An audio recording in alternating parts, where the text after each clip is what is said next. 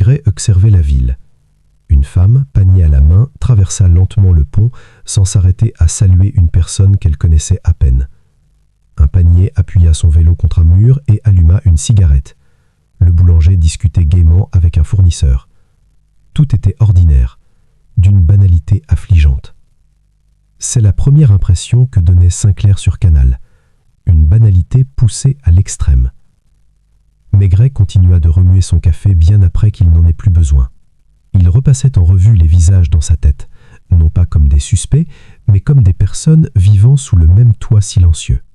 Madame Rousselat, avec sa lavande et ses meubles protégés, Monsieur Béraud, qui remplissait le silence avec des mots, Madame Klein, vive, efficace, déjà sur la défensive, Lefebvre, agité, désireux d'être utile, le jeune couple, enfermé dans son propre indifférence, Madame Huret, qui observe tout et ne revendique rien. Personne ne se distinguait. Et c'est là que Maigret le savait, que résidait le problème. Il est retourné dans le bâtiment peu après midi. Cette fois, il n'a pas frappé aux portes. Il se tenait dans la cage d'escalier, une main posée sur la rampe et écoutait. Au deuxième étage, une radio diffusait doucement de la musique classique entrecoupée de titres d'actualité. Au quatrième, un téléviseur renaît. Plus haut, l'eau coulait dans des tuyaux, des pas passaient au-dessus puis s'arrêtèrent. Maigret ferma brièvement les yeux. Routine. Les gens se révélaient non pas lorsqu'on les interrogeait, mais lorsqu'ils se répétaient inconsciemment. Il monta lentement au troisième étage et s'arrêta devant l'appartement 3B. Le scellé était intact. Personne n'avait tenté d'entrer. C'était important aussi. De l'autre côté du couloir, l'appartement 3A, celui de Madame Klein, était calme. Maigret attendit. Au bout de quelques minutes, il entendit le bruit d'une chaise qui raclait légèrement le sol. Un tiroir qui s'ouvrait puis se refermait. Des pas qui s'approchaient de la porte et s'arrêtaient juste devant. Elle écoutait. Maigret se retourna et s'éloigna sans frapper. En début d'après-midi, le rapport d'autopsie est arrivé dans son intégralité. Le médecin était précis, presque contrit. Insuffisance cardiaque aiguë, a-t-il déclaré, mais non spontanée. On observe des signes de stress intense peu avant le décès, taux d'adrénaline élevé. Aucune toxine, aucun traumatisme physique. Alors, dit Maigret, un homme. Ou un choc, répondit le médecin. Une révélation, un coup dur. Maigret le remercia et raccrocha. Il n'a rien écrit. Plus tard, il s'assit avec Madame Huret dans le hall pendant qu'elle prenait un léger déjeuner composé de soupe et de pain. Elle insista pour qu'il se joignît à elle, mais il refusa le repas. « Vous habitez ici depuis longtemps » dit Maigret d'un ton désinvolte. « 18 ans. Vous remarquez des choses ?» Elle esquissa un léger sourire. « Je remarque les habitudes. »« Oui » acquiesça Maigret. « Monsieur Duchamp aussi. » Sa cuillère resta suspendue en plein air. Il était observateur ? Il a survécu en étant ainsi. Elle fronça légèrement les sourcils, ne sachant pas s'il s'agissait d'un éloge ou d'un avertissement.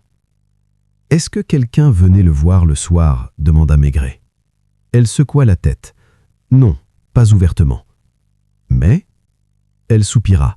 « Il y a eu une fois, il y a peut-être 3 semaines, un homme, bien habillé. Il n'a pas signé le registre, il est monté directement à l'étage. » Lui avez-vous parlé ? Non. Il a hoché la tête, mais il ne m'a pas regardé. Quelle heure était-ce ? Tard, après 8 heures. Maigret se pencha légèrement en arrière. Et Monsieur Duchamp ? Il attendait en haut des escaliers. Maigret sentit les pièces bouger, non pas s'aligner, mais se réorganiser. Était-il calme ? Non, dit-elle doucement. Il était tendu, comme quelqu'un qui se préparait à affronter quelque chose. Maigret la remercia de nouveau. Ce soir-là, Maigret longea le canal jusqu'à ce que le crépuscule estompe les contours des bâtiments en ombre. L'air était plus frais. Il alluma sa pipe et s'arrêta près de l'eau, observant les ondulations qui déformaient les reflets des réverbères. Un homme qui attendait près du téléphone, un dossier serré contre lui, un visiteur qui n'a pas regardé le concierge. Le soulagement la nuit précédant la mort. Maigret comprit alors quelque chose, non pas le crime, pas encore, mais sa nature. Il ne s'agissait pas d'un acte commis sous le coup de la colère, c'était un acte commis sous contrainte. Quelqu'un était venu trouver Duchamp avec des mots, pas des armes, des mots assez lourds pour arrêter un cœur. Et les mots, Maigret le savait, venaient toujours du passé. Il se retourna vers la résidence Beau-Rivage, sachant déjà que l'immeuble n'abritait plus seulement des suspects, il abritait des ouvrages historiques.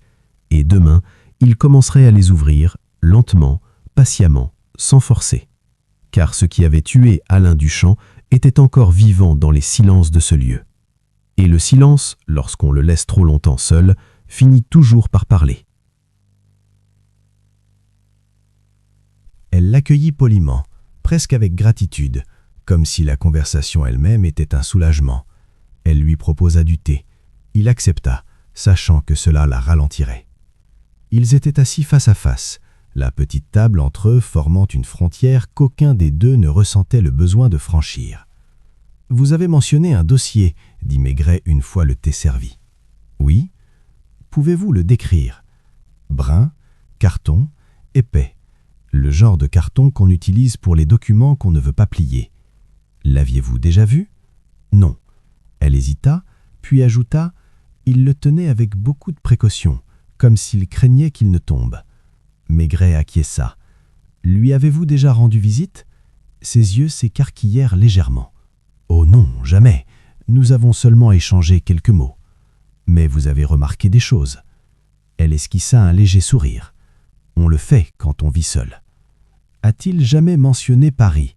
Elle secoua la tête. « Non. Mais parfois, il sentait le train. Vous connaissez cette odeur ? Métal et fumée. » Maigret le savait. Il la remercia et partit. Monsieur Béraud était moins composé. Il invita Maigret à entrer avec empressement, parla trop fort, déplaça des objets sur la table pour gagner de la place. Son appartement semblait étouffé par son besoin de combler le silence. « Monsieur Duchamp, dit-il, oui, tragique, terrible. On ne sait jamais ce que les gens cachent. » Maigret l'observait attentivement. « Vous parliez souvent ? » ?»« Non, pratiquement pas. »« Vous a-t-il déjà demandé quelque chose ?» Béraud fronça les sourcils. « Une fois, à propos des boîtes lettres, il m'a demandé si j'avais remarqué quelqu'un qui les fouillait. Et vous, aviez ? » ?»« Non. » Maigret laissa le silence s'installer. « Et c'était quand ? » ?»« Peut-être il y a 2 semaines. »« À quelle heure de la journée ? » ?»« Soirée. » Maigret acquiesça. « Merci. » Béraud semblait déçu, comme s'il avait espéré davantage. Madame Klein a mis plus de temps à ouvrir la porte cette fois-ci. Lorsqu'elle l'a fait, elle apparut irritée plutôt qu'anxieuse, une distinction utile. « Je t'ai déjà tout dit, » a-t-elle déclaré. Maigret esquissa un sourire. « J'en suis sûr, je veux juste l'entendre à nouveau. » Elle s'écarta brusquement. Cette fois, Maigret s'assit. « Vous partez tôt, dit-il. »« Oui. »« Tous les jours. »« Oui. »« Quelle heure ? » ?»« Entre 6h15 et 6h30. »« Toujours ? » Elle hésita. « Généralement. » Maigret se lança légèrement en arrière. « Et hier ? » 6h20. « Vous en êtes certaine ? » Elle serra les lèvres. « Aussi certain que possible. » Maigret acquiesça. « Possédez-vous une voiture ? » « Oui. »« Où vous garez-vous ? » ?»« Dans la rue, près du canal. » Maigret ne fit aucun commentaire. « Connaissiez-vous bien Monsieur Duchamp ? » ?»« Non. »« Vous a-t-il déjà parlé ? » ?»« 1 ou 2 fois, à propos du bruit. »« Ton bruit ? » Elle se raidit. « Oui. »« Quel genre ? » ?»« De la musique, parfois tard. » Maigret la surveillait attentivement. Et cela l'a contrarié ? Il ne s'est pas complaint, il l'a juste mentionné. « Comment ? » Elle fronça les sourcils. Il a dit « Ici, les murs sont fins. C'est tout. » Maigret la remercia et se leva. Alors qu'il atteignait la porte, elle prit soudain la parole. « Je ne l'ai pas tué. » Maigret se retourna calmement. « Je n'ai pas demandé ça. » Elle détourna le regard. Lefebvre attendait à nouveau. Cette fois-ci, il avait préparé du café. « Vous m'aidez, » dit Lefebvre avec enthousiasme. « Je voulais que vous le sachiez. » Maigret accepta la coupe. « Vous avez entendu des pas après minuit ? » ?»« Oui. »« Vous êtes souvent éveillé à cette heure-là ? » ?»« Oui. Je ne dors pas bien. » »« Entendez-vous souvent des bruits de pas ? » ?»« Parfois. » « Ces sons étaient-ils différents ? » Lefebvre se pencha en avant, râlant. « Montant ou descendant ? » 3e étage ? Oui. Maigret acquiesça. Et vous n'avez pas regardé ? Non. Pourquoi pas ? Lefebvre avala. Je ne voulais pas savoir. Maigret laissa cela de côté. Le jeune couple n'apporta rien de nouveau. Garnier haussa les épaules face aux questions, commençant à s'enduyer. Finalement, Maigret retourna dans le hall. Madame Huret triait le courrier. « Quelqu'un s'est-il renseigné sur les affaires de Monsieur Duchamp ?» demanda Maigret. Elle marqua une pause. « Non. Même pas de famille ? À ma connaissance, non. Et le dossier ? » Elle secoua la tête. « Je ne l'ai jamais revu. » Maigret resta immobile. Le dossier avait disparu. Quelqu'un l'avait pris. Et il l'avait fait sans perturber la pièce, sans rien toucher d'autre, ce qui signifiait qu'il savait exactement ce qu'il voulait. Maigret leva les yeux vers l'escalier. L'interrogatoire n'avait pas révélé de mensonge, du moins pas de mensonge flagrant. Mais cela avait révélé quelque chose de plus utile. Tout le monde faisait attention, sauf un. Et la sollicitude, poussée à l'extrême, prenait souvent la forme de la culpabilité. Maigret enfila lentement son manteau. Demain, il cesserait de poser des questions qui appelaient des réponses. Il commencerait alors à poser des questions qui incitaient au silence. Et le silence, il le savait, était bien plus dangereux. Chapitre 6. Une petite incohérence. Maigret fit la grasse matinée le lendemain matin. Ou plutôt, il resta au lit longtemps après son réveil. La chambre du petit hôtel donnait sur le canal et de sa fenêtre, il pouvait voir le même plan d'eau qu'il scrutait depuis des jours. Des péniches passaient lentement, leur moteur ronronnant d'une patience lasse. Ici, rien ne pressait, ni la ville, ni le crime. Il alluma sa pipe et resta immobile, laissant la fumée monter et se raréfier près du plafond. Il y avait toujours dans ce genre d'enquête un moment, pas une révélation, pas encore, mais une irritation sourde. Un détail qui refusait de se résoudre, un fil qui semblait légèrement rêche sous les doigts. Pour Maigret, c'était le moment. Tout le monde a accepté cela trop facilement. Duchamp était mort entre 6h et 6h45, Madame Klein est partie entre 6h15 et 6h30, Monsieur Huret n'a rien entendu d'inhabituel, Lefebvre a entendu des pas après minuit, pas le matin. Trop propre. La mémoire humaine était rarement ordonnée. Il est rentré à la résidence Beau-Rivage peu après 10h. Cette fois, il n'entra pas immédiatement. Il resta dehors, près de l'entrée côté canal, observant les allées et venues. Madame Klein partit à 10h10, mallette à la main, d'un pas vif, les épaules droites. Elle ne leva pas les yeux en le croisant. Maigret suivait à distance. Elle traversa la rue, déverrouilla sa voiture et s'éloigna en direction de la route principale. Ses mouvements étaient précis, assurés. Une femme qui n'aimait pas l'improvisation. Maigret rentra à l'intérieur. Madame Huret leva les yeux de son bureau. « Tu es en avance aujourd'hui ?»« Plus tôt qu'hier, » dit Maigret d'un ton neutre. Il jeta un coup d'œil aux boîtes aux lettres. Elles étaient ouvertes, plusieurs enveloppes manquaient, d'autres attendaient, intactes. « Les résidents consultent-ils parfois leur courrier tôt le matin ?» a-t-il demandé. « Certains, » répondit-elle. « Monsieur Duchamp le faisait toujours, avant 7 ans. » Et Madame Klein ? Elle fronça les cieux. « Non, elle le vérifie généralement le soir. » Maigret hocha lentement sa tête. « Elle l'a vérifié hier matin ?» Madame Huret pensa. « Oui, dit-elle lentement. Je m'en souviens parce que j'ai été surprise. Elle était déjà habillée pour le travail. » Quelle heure ? Peut-être 6h45 ? Maigret sentit sa légère irritation s'accentuer. « Elle a dit qu'elle est partie à 6h20, dit Maigret doucement. Les yeux de Madame Huret s'écarquillèrent légèrement. « Je peux me tromper, dit-elle rapidement. « Bien sûr, répondit Maigret doucement. Mais il avait ce dont il avait besoin. »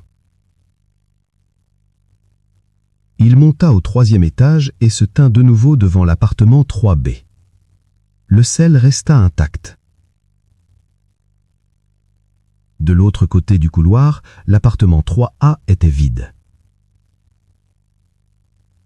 Maigret sortit son carnet et écrivit une seule ligne. Boîte aux lettres, 6h45. Il le ferma. L'incohérence était minime, presque polie, mais elle comptait. Si Madame Klein avait relevé son courrier à 6h45, elle n'aurait pas pu partir à 6h20, et si elle était près des boîtes aux lettres, elle aurait été près de la porte de Duchamp à un moment où il était probablement encore vivant. Maigret ne tirait pas de conclusion hâtive, il ne le faisait jamais. Il se posa alors une question plus discrète. Pourquoi mentir pendant 20 minutes?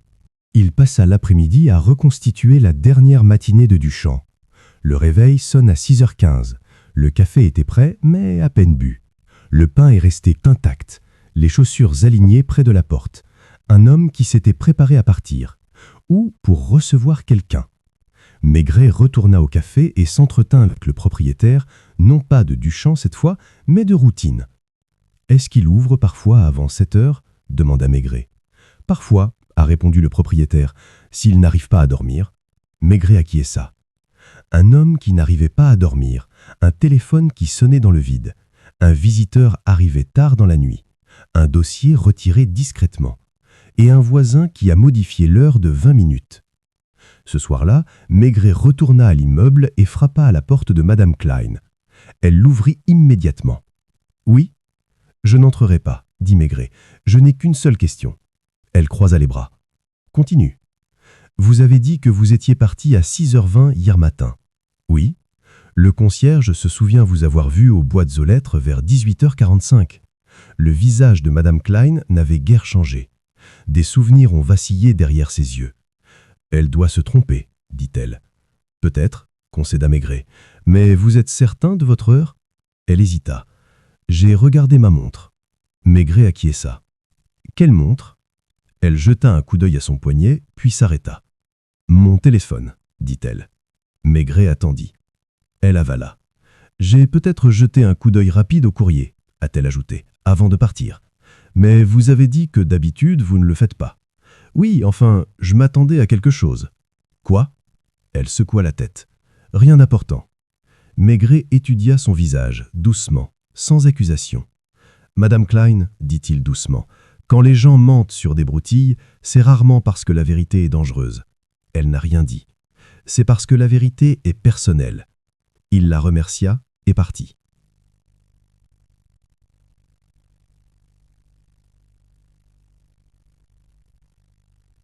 Maigret sentit le temps se resserrer. Qui était le propriétaire? Elle hésita de nouveau. « Je ne suis pas sûr d'avoir le droit de le dire. » Maigret montra son insigne. Elle expira. « Une femme. Nom d'épouse, Klein. » Maigret a quitté le bureau sans poser d'autres questions. Dans le train du retour vers Saint-Clair-sur-Canal, il ne lisait pas, il ne fumait pas, il regardait le paysage défiler et méditait sur la forme d'une vie construite sur le retard. Madame Klein. Un nom qu'elle ne portait pas il y a 15 ans. Un compte inactif. L'argent qui avait attendu. De l'argent dont on se souvenait. Ce soir-là, Maigret retourna à la résidence Beau-Rivage et demanda une faveur à Madame Huret. « Puis-je consulter le registre ?» demanda-t-il. Elle hocha la tête et lui tendit le livre. Il a remonté le temps de 15 ans. Et voilà. Un locataire a été brièvement inscrit dans l'appartement 3A, puis rayé après 8 mois. Mademoiselle Claire Martin. Maigret referma doucement le livre. Claire Martin était devenue Madame Klein. Elle était retournée au même appartement, dans le même bâtiment, et Alain Duchamp s'était souvenu d'elle. Maigret ne l'a pas confrontée immédiatement. Il se rendit donc de nouveau à Lefebvre. « Vous habitez ici depuis longtemps ?» dit Maigret d'un ton désinvolte. « Oui. »« Vous souvenez-vous d'une locataire nommée Claire Martin ?» Lefebvre fronça les sourcils, puis claqua des doigts. « Oui, la discrète. Elle habitait au 3A avant Madame Klein. » « Comment était-elle ?»« Prudente, toujours nerveuse. Elle est partie subitement. » « Connaissait-elle Duchamp ?» Lefebvre acquiesça.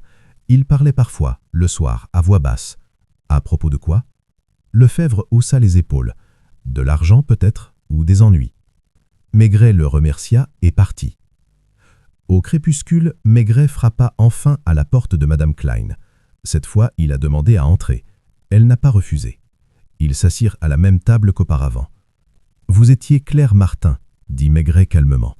Ses mains se crispèrent sur le bord de la table. « Ce n'est pas un crime ?»« Non », acquiesça Maigret. « Mais le cacher, oui. » Elle rit doucement, sans humour. « Je ne l'ai pas caché, j'ai changé de vie.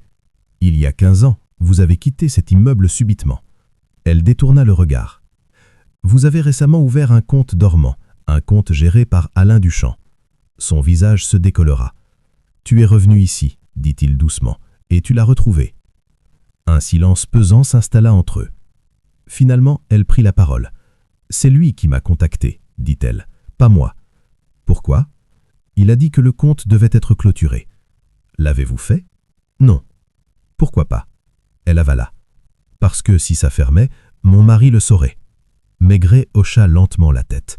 Les pièces du puzzle s'assemblaient, non pas pour former une accusation, mais un portrait. Vous l'avez rencontré ce matin-là, dit Maigret d'une voix calme. Elle ne répondit pas. Vous avez apporté le dossier, poursuivit-il. Vous avez dit que vous révéleriez tout s'il ne réglait pas le problème. Ses yeux se remplirent, mais aucune larme ne coula. Je ne l'ai pas touché, murmura-t-elle. Je ne l'ai pas menacé. Vous n'en aviez pas besoin, la vérité suffisait. Elle enfouit son visage dans ses mains. Il s'est mis à respirer bizarrement. Il s'est assis. Je pensais qu'il allait se rétablir. Et vous êtes parti. Oui. Maigret se leva. Vous ne l'avez pas tué de vos mains, dit-il. Vous l'avez tué avec le temps.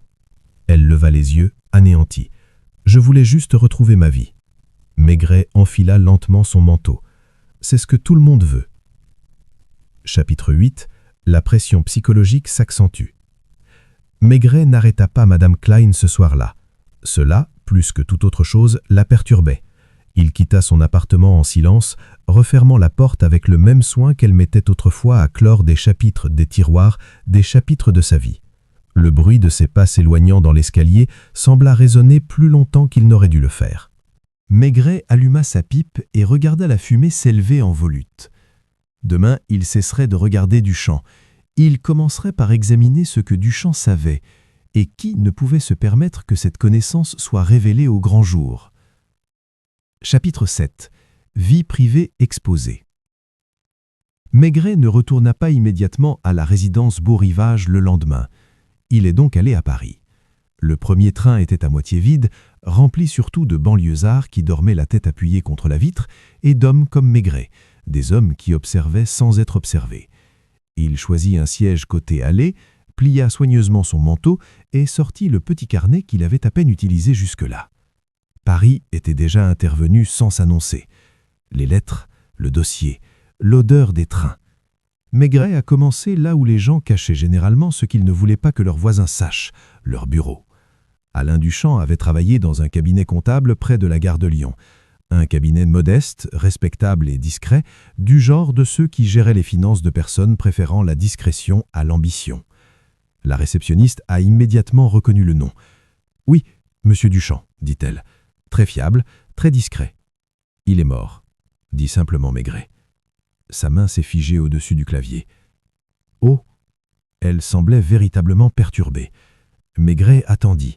« Il traitait des dossiers spéciaux, » dit-elle après un moment. « Rien d'illégal, juste délicat. »« Délicat comment ?» Elle hésita. « Affaires familiales, succession, transfert de propriété, ancien compte à queue purée. » Maigret acquiesça. Et récemment, elle jeta un coup d'œil vers une porte de bureau fermée. Il a demandé un vieux dossier qui datait d'il y a 15 ans. L'attention de Maigret s'aiguisa. Quel type de fichier ? Un compte inactif, appartenant à un particulier. Aucune activité depuis des années. Pourquoi a été-il rouvert ? Elle baissa la voix. Le propriétaire nous a contactés. Quand ? Il y a 3 semaines.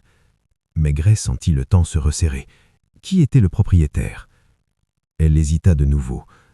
Je ne suis pas sûr d'avoir le droit de le dire. Maigret montra son insigne. Elle expira. Une femme. Nom d'épouse, Klein. Maigret a quitté le bureau sans poser d'autres questions. Dans le train du retour vers Saint-Clair-sur-Canal, il ne lisait pas, il ne fumait pas. Il regardait le paysage défiler et méditait sur la forme d'une vie construite sur le retard. Madame Klein.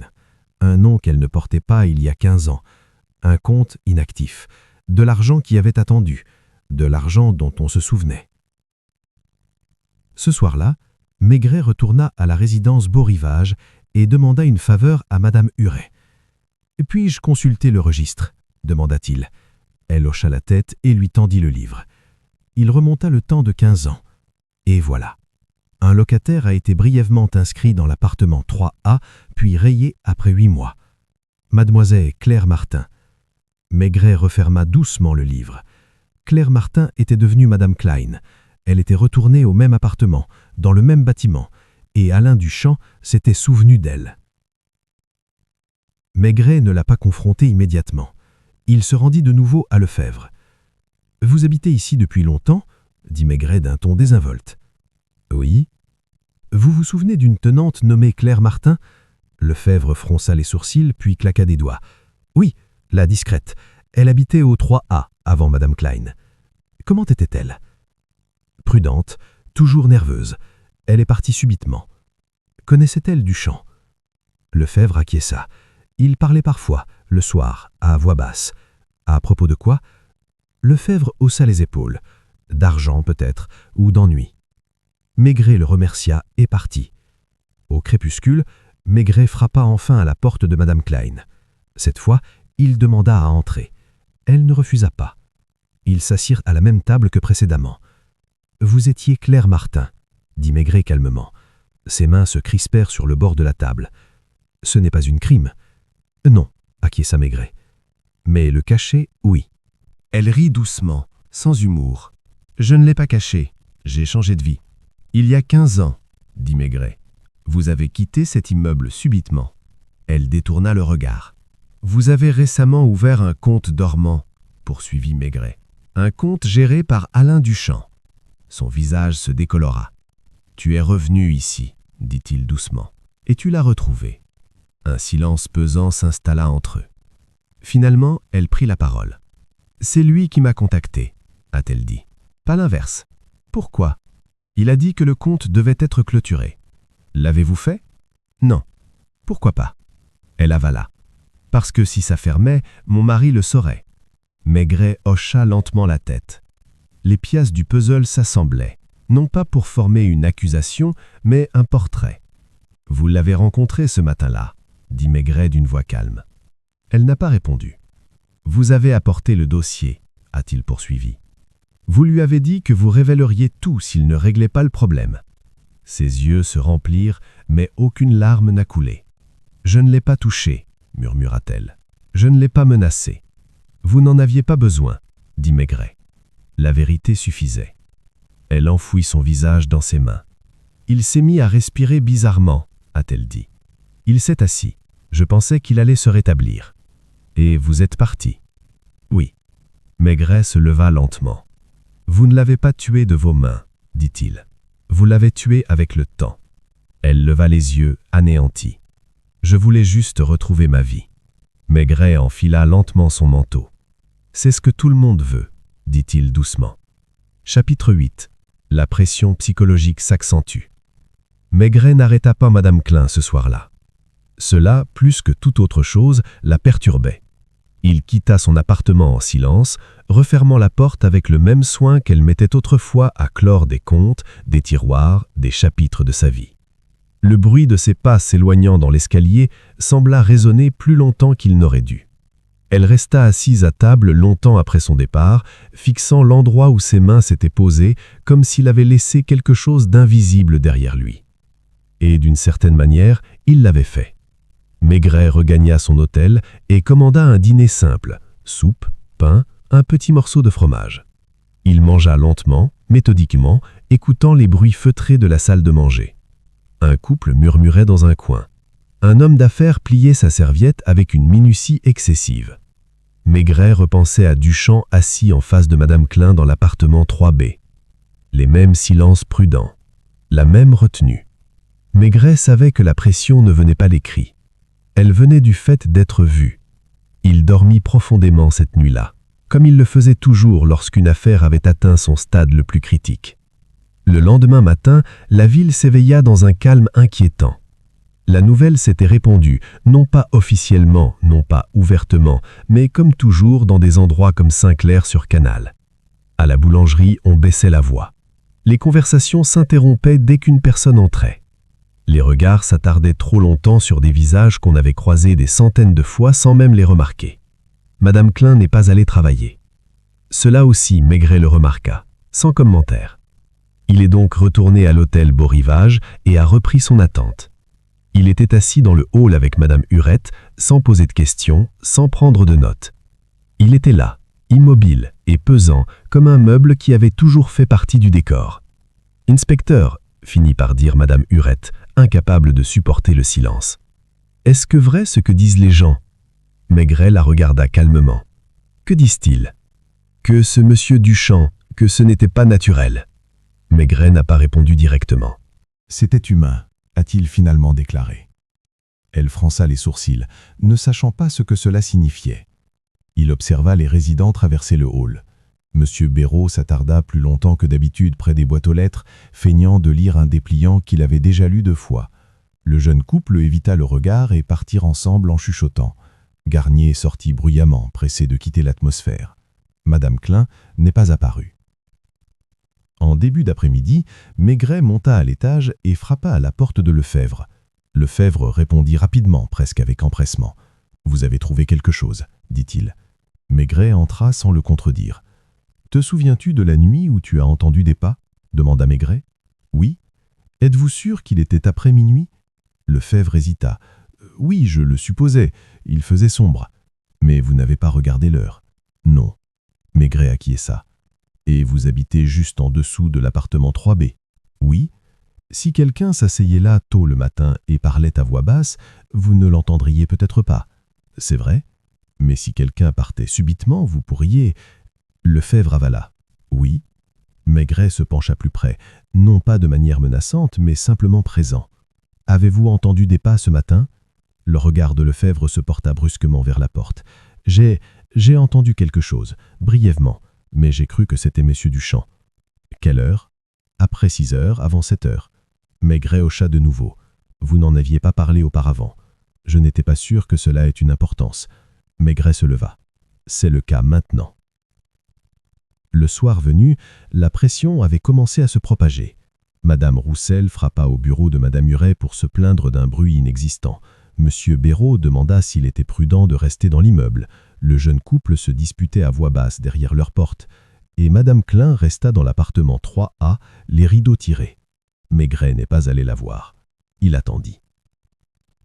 Le 3e jour, il invita Madame Klein à la gare. L'invitation était polie, presque courtoise. Elle arriva à l'heure précise, vêtue avec soin, les cheveux tirés en arrière. Assise en face de Maigret dans la petite salle d'interrogatoire, les mains jointes, la posture impeccable, elle s'installa.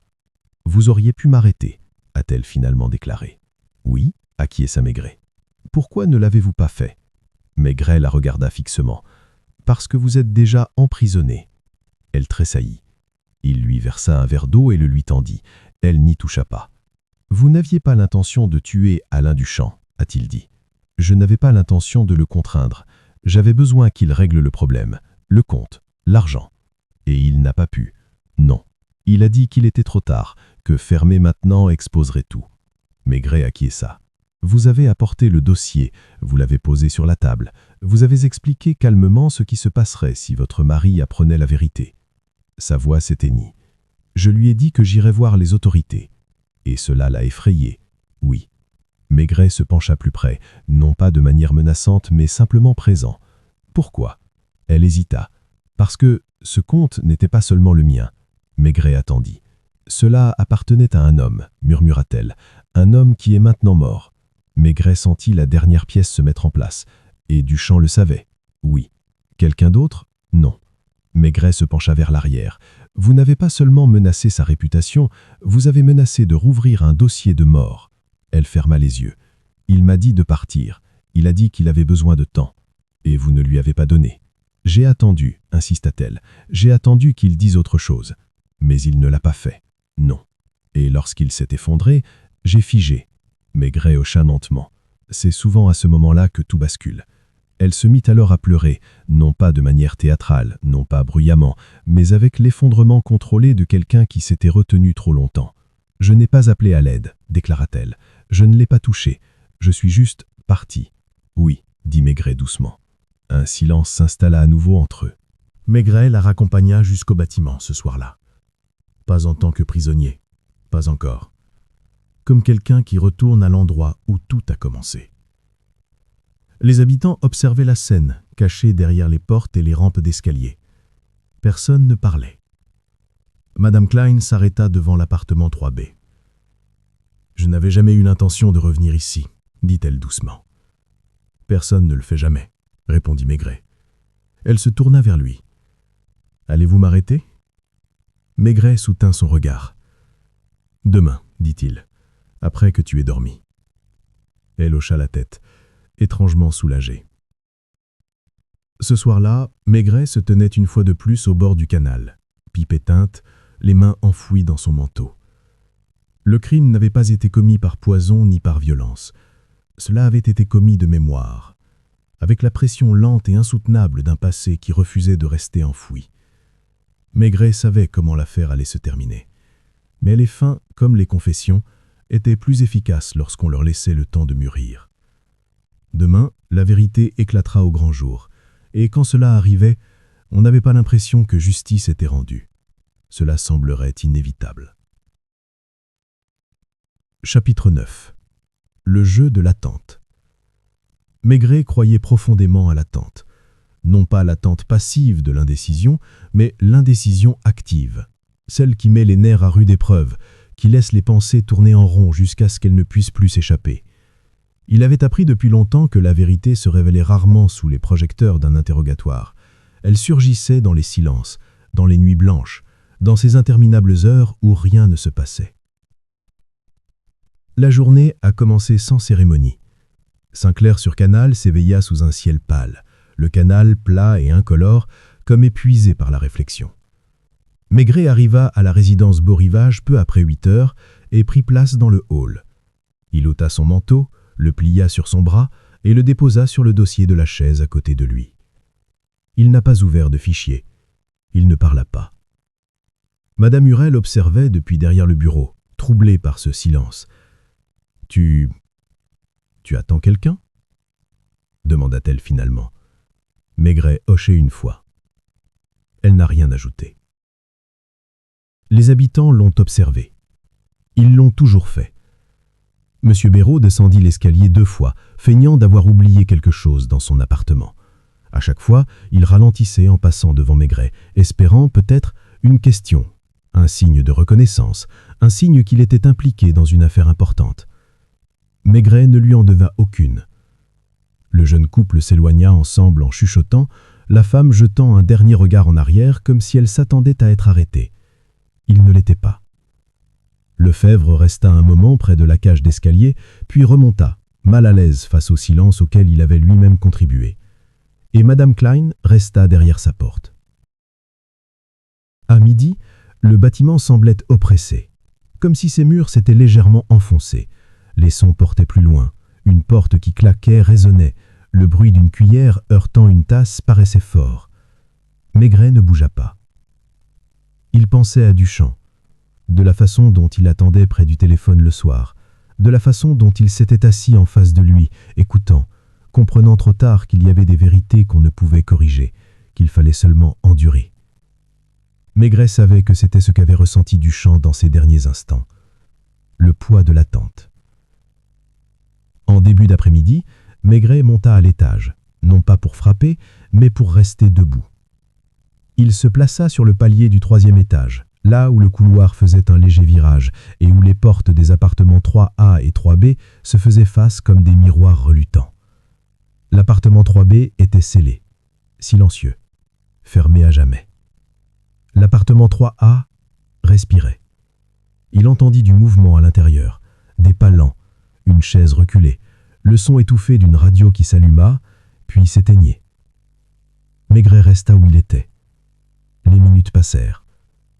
Finalement, la porte de 3A s'ouvrit. Madame Klein s'engagea dans le couloir. Elle s'arrêta en le voyant, comme si elle s'attendait à le voir apparaître, mais pas si tôt. Tu as dit demain, dit-elle doucement. Maigret hocha. Oui. Elle regarda par-dessus son épaule, en bas de l'escalier. Je ne peux pas rester ici une nuit de plus, a-t-elle déclaré. Il attendit. Chaque bruit, poursuivit-elle, chaque pas, je l'entends. Maigret regarda la porte scellée du 3B. Les autres aussi, dit-il. C'est pourquoi cet endroit ne sera plus jamais le même. Elle ferma brièvement les yeux. Que va-t-il se passer maintenant demanda-t-elle. Maigret ne répondit pas immédiatement. Au lieu de cela, il a demandé « As-tu dormi ?» Non. « Duchamp a-t-il dormi la nuit précédant sa mort ?» Elle secoua la tête. « Il m'a dit qu'il n'avait pas dormi depuis des jours. » Maigret hocha lentement la tête. « Voilà, dit-il, comment l'attente prend fin. » Elle s'appuya contre le mur, soudain fragile. « Je n'arrête pas de penser, » murmura-t-elle, « si j'étais restée, si j'avais appelé à l'aide. » Oui, dit doucement Maigret, tout le monde le pense. Il ne l'a pas accusé, il ne l'a pas réconforté. Il est simplement resté là. Au bout d'un moment, elle se redressa. « Je serai prête demain, » dit-elle. Maigret s'écarta pour la laisser passer. En descendant l'escalier, Madame Huret leva brusquement les yeux, puis les détourna. Le bâtiment expira. Ce soir-là, Maigret quitta Saint-Clair-sur-Canal et retourna à Paris. Il n'avait plus besoin d'être présent. L'affaire était close, pas sur le papier, pas légalement, mais de la seule manière qui comptait pour lui. La vérité avait atteint un point où elle ne pouvait plus être ignorée. Il passa la nuit dans son appartement, mangeant simplement, ne lisant rien, ne pensant à rien de particulier. Il dormit profondément. Le lendemain matin, il est revenu. Madame Klein attendait dans le hall, élégamment vêtue, son manteau boutonné jusqu'au col, son sac soigneusement posé à ses pieds. Elle paraissait plus mince qu'auparavant, comme si l'effort de se contenir avait enfin cessé. « Je suis prête, » dit-elle. Maigret acquiesça. Il lui prit le bras, sans serrer, sans possessivité, et la conduisit dehors. Le canal était silencieux sous la lumière du matin. Personne ne parla à leur passage. À l'intérieur de la voiture, elle regardait droit devant elle. « Je ne l'ai jamais détesté, » dit-elle. Maigret garda les yeux fixés sur la route. « Je sais. »« Il était Cantima, » a-t-elle poursuivi. « Trop Cantima. » Maigret ne dit rien.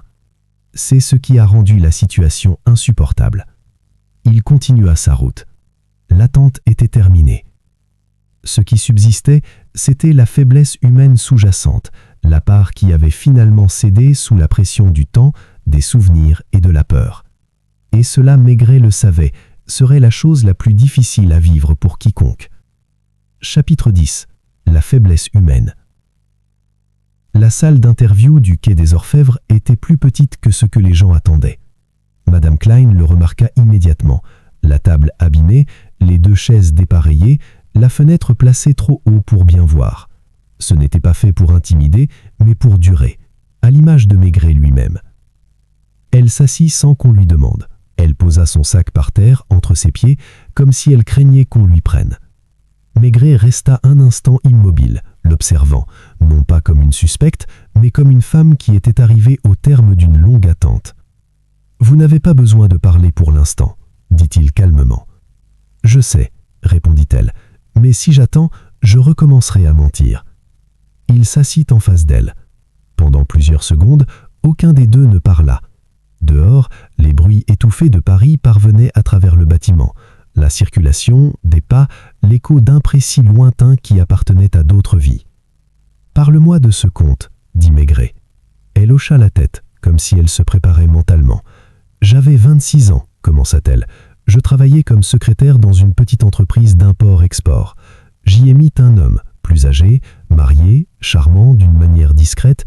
Il m'a promis la sécurité. » Elle esquissa un sourire faible et amer. « Il m'a promis un avenir sans peur. » Maigret écouta. Il avait besoin de quelqu'un pour garder son argent, temporairement, disait-il, juste le temps que les choses se calment. Je n'ai pas posé de questions, je n'en avais pas envie. Et Duchamp ? Demanda Maigret. Il a été affecté au compte. Il était jeune à l'époque. Sérieux. Il a expliqué les risques. J'ai fait semblant de comprendre. Elle fit une pause. L'homme est mort subitement.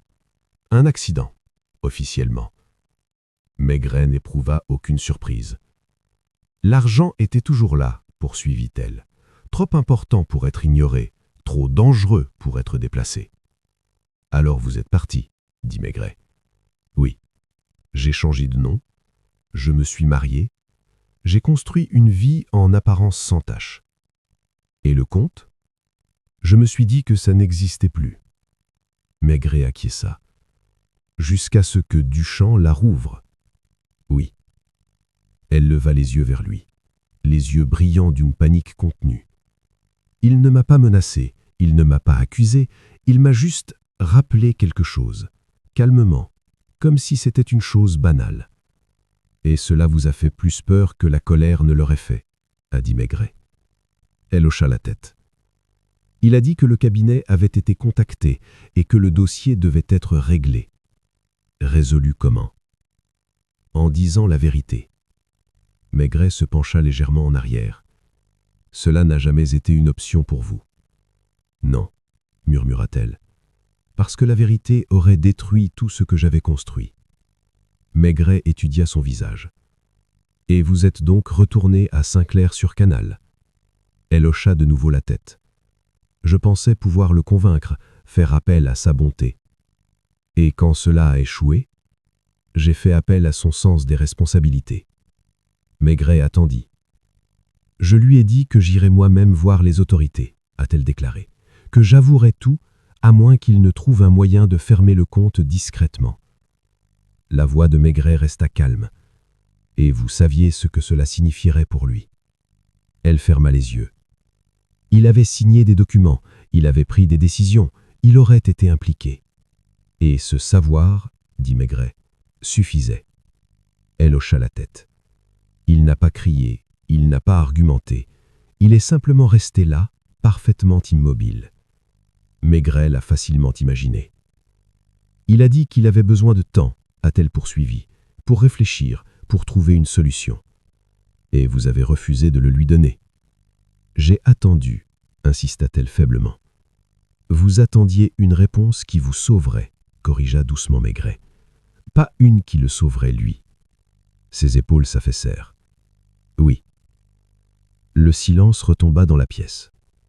Maigret n'insista pas. Il n'en avait pas besoin.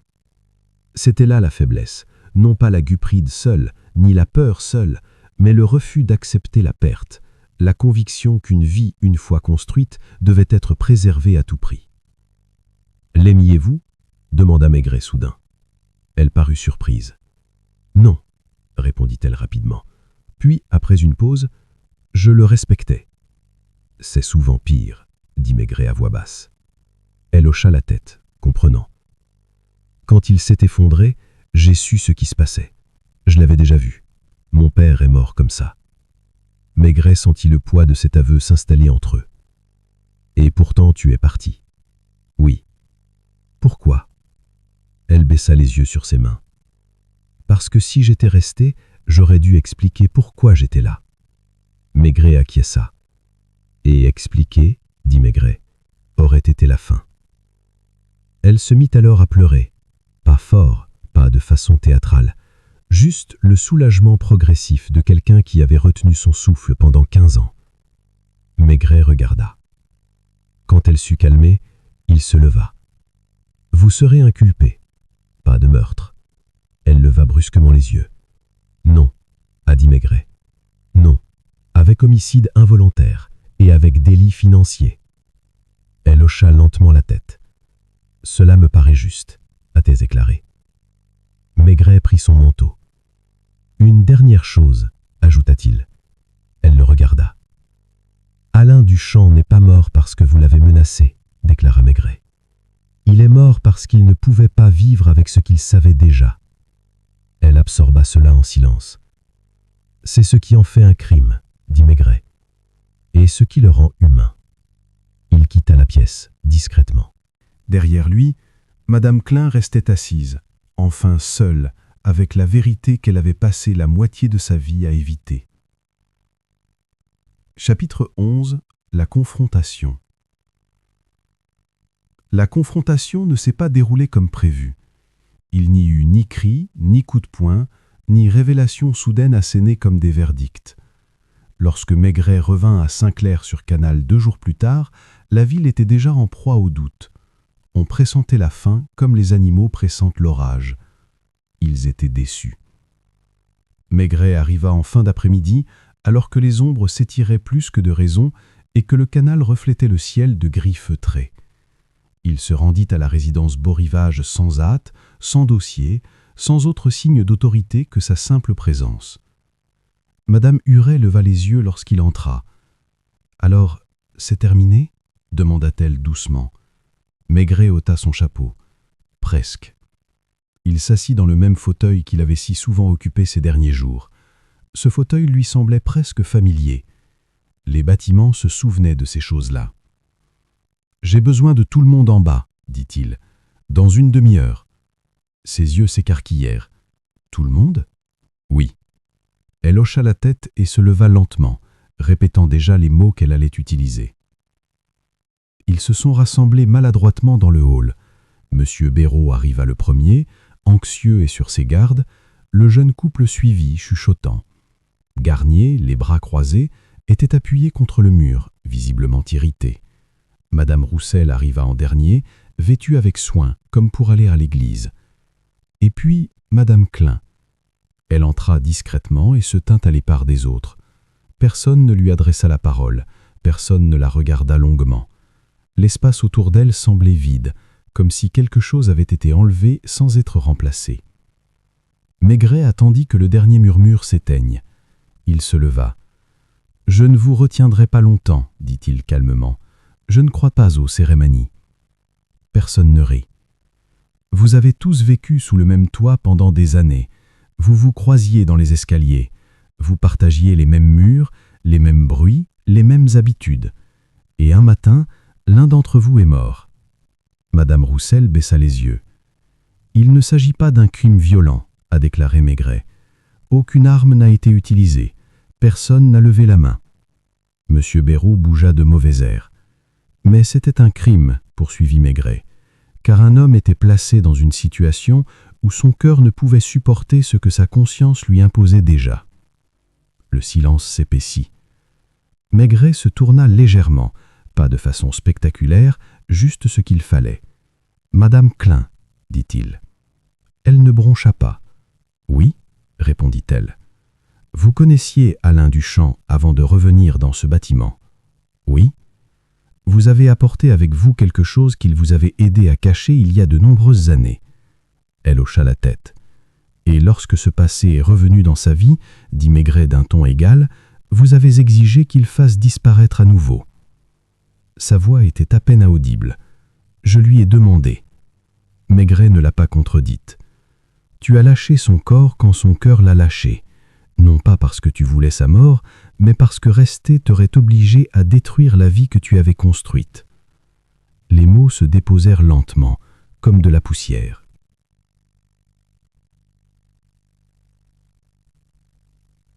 Maigret croisa son regard une seule fois. « Oui, » dit-il. Il l'était. Ils l'ont fait sortir. Le hall semblait soudain plus grand, plus vide. Ce soir-là, Maigret retourna seul à l'appartement 3B. Le seau avait été enlevé. La pièce exhalait une légère odeur de poussière et d'air froid. Le corps avait disparu, mais l'impression demeurait, aussi forte qu'une ombre. Il se tint à l'endroit même où Duchamp s'était tenu. Il s'assit brièvement sur la chaise en face de celle qui était vide. Le dossier gisait sur la table, revenu du service d'épreuve, épais, brun, lourd de papier et d'années d'existence. Maigret ne l'ouvrit pas. Il n'en avait pas besoin. Il regarda alors l'horloge murale. Elle avait été réparée et affichait désormais l'heure exacte. Maigret tendit la main et l'arrêta. Le silence qui suivit fut total. Il enfila son manteau et quitta l'appartement en refermant doucement la porte derrière lui. Il savait que certaines choses valaient mieux être laissées en suspens. Chapitre 12. L'aveu ou l'effondrement. Les aveux ne sont pas arrivés d'un coup. Cela s'est déroulé comme le fait la fatigue, tranquillement, sans drame, jusqu'à ce que toute résistance cesse. Madame Klein passa sa première nuit en détention sans dormir, non par peur de la prison ou de la procédure, mais à cause de cette sensation étrange de ne plus avoir à surveiller ses pensées. La cellule était étroite, propre, impersonnelle. Un banc, une couverture, une petite fenêtre trop haute pour voir à travers. Pour la première fois en 15 ans, il ne lui restait plus rien à protéger. Aux premières heures du matin, alors que l'immeuble était immobile et que la ville retenait son souffle entre le nuit et le jour, elle demanda à parler à nouveau. On a appelé Maigret. Il arriva sans hâte, le manteau boutonné, la pipe éteinte. Il n'apportait ni papier, ni autre officier. Lorsqu'il entra dans la pièce, Madame Klein était déjà assise, les mains posées sur la table, paume vers le bas. « Je veux tout vous raconter, » dit-elle. Maigret hocha la tête et s'assit. Elle parlait lentement, avec précaution, comme si elle remettait les objets à leur place. Elle parlait de l'homme décédé des années auparavant, celui dont elle a géré l'argent, d'abord sans mentionner son nom, puis plus tard, quand le secret lui parut vain. Elle racontait comment Duchamp avait insisté pour tout documenter, même lorsqu'elle le suppliait de ne pas le faire. Comment il lui avait dit, avec douceur mais fermeté, que rien ne disparaissait vraiment. « Il n'a jamais été cruel », a-t-elle déclaré. C'était le pire. Maigret écouta. Elle décrivait maintenant plus en détail leur rencontre le matin de sa mort, comment elle est arrivée plus tôt que prévu, comment elle est restée 1 minute entière devant sa porte avant de frapper, comment il avait ouvert, sachant déjà pourquoi elle était là. Il avait l'air fatigué, plus vieux que dans mon souvenir. Elle décrivit le dossier posé sur la table, la façon dont Duchamp avait disposé les papiers avant de parler, comme si l'ordre pouvait apaiser ce qui allait suivre. Il m'a dit, a-t-elle déclaré, que même s'il m'aidait, cela ne ferait que retarder la vérité, que les témoignages, comme les personnes, finissent toujours par éclater. Sa voix tremblait, mais elle ne s'arrêta pas. Quand j'ai dit que j'allais voir les autorités, il n'a pas protesté. Il m'a juste regardé et a dit « Alors tu seras libre, mais pas moi ». Maigret ressentit la justesse tranquille de ces mots. Elle a décrit le moment où il s'est assis, la façon dont sa main s'était crispée sur le bord de la table, le faible son qu'il a émis, ni un cri, ni un mot. « Je le savais, » dit-elle, « je savais ce que c'était. » « Et pourtant, » dit Maigret doucement, « vous êtes parti. »« Oui. »« Pourquoi ?» Elle leva alors les yeux vers lui, ses yeux enfin débarrassés de toute défense. « Parce que si j'étais resté, j'aurais dû choisir lui plutôt que moi-même. » La pièce était silencieuse. C'était là l'aveu, non pas de culpabilité, mais de vérité. Plus tard dans la journée, la déclaration officielle fut rédigée, signée et archivée. Les avocats débattraient des définitions, les médecins débattraient du lien de causalité. Les juges statueront sur les degrés de responsabilité. Maigret ne se souciait de rien de tout cela. Il est retourné une fois à Saint-Clair-sur-Canat. La résidence Bourrivage semblait transformée, non pas purifiée, non pas guérie, mais consciente. Les gens se déplaçaient avec plus de précaution, comme s'ils craignaient de faire du bruit. Les portes se fermaient plus doucement. Les conversations étaient